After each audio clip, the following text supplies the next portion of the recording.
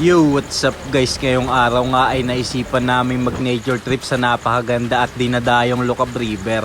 Napakaganda nga dito guys, matatagpuan nga pala ang Lucab River sa Barangay Salasa, Sitio Santa Marta, Palawig, Zambales. Kasama ko nga guys si Kuya Dots at ang aking lablab na si Juby. Bali galing pa kasi siyang Marikina guys at gusto niya daw muna mag-unwind. Kaya dito ko siya dinala sa napakagandang ilog dito sa Palawig. Medyo mabato nga lang yung dadaanan guys, pero sulit naman pag narating mo na yung mismong ilog. Napakalinaw at napakalamig ng tubig dito guys. Kahit hindi nga kayo stress ay mawawala ang stress nyo sa sobrang ganda ng ilog. Maraming magagandang ginawa ang kalikasan kaya alagaan natin ito para mapakinabangan pa ng mga susunod na henerasyon. Sa mga kapwa naming mahilig mag nature trip dyan, baka naman wag po sana natin iwanan yung mga basura natin para mapanatili yung ganda at kalinisan ng kalikasan. O diba, nanood ka lang, nasermonan ka pa? Sorry na.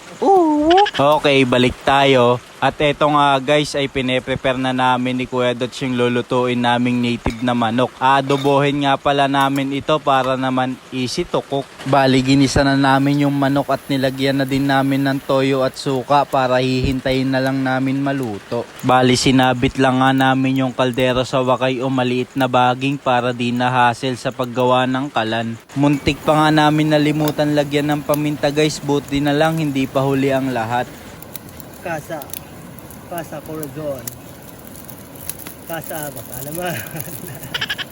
At sa muling pagbukas namin guys ay luto na, kaya tara, kain na tayo. Medyo nagugutom na kasi kami guys kaya nagsandok na nga agad si Kuya Dots para makakain na at makapagmuni-muni at mapagmasdan ng ganda ng isang Lucab River. Mapaparami ka talaga ng kain pag ganito kaganda at kaaliwalas ng paligid sabayan pa ng preskong hangin. Pagkatapos nga namin kumain guys ay nagsabit kami ng hammock para makapag-relax saglit bago maligo.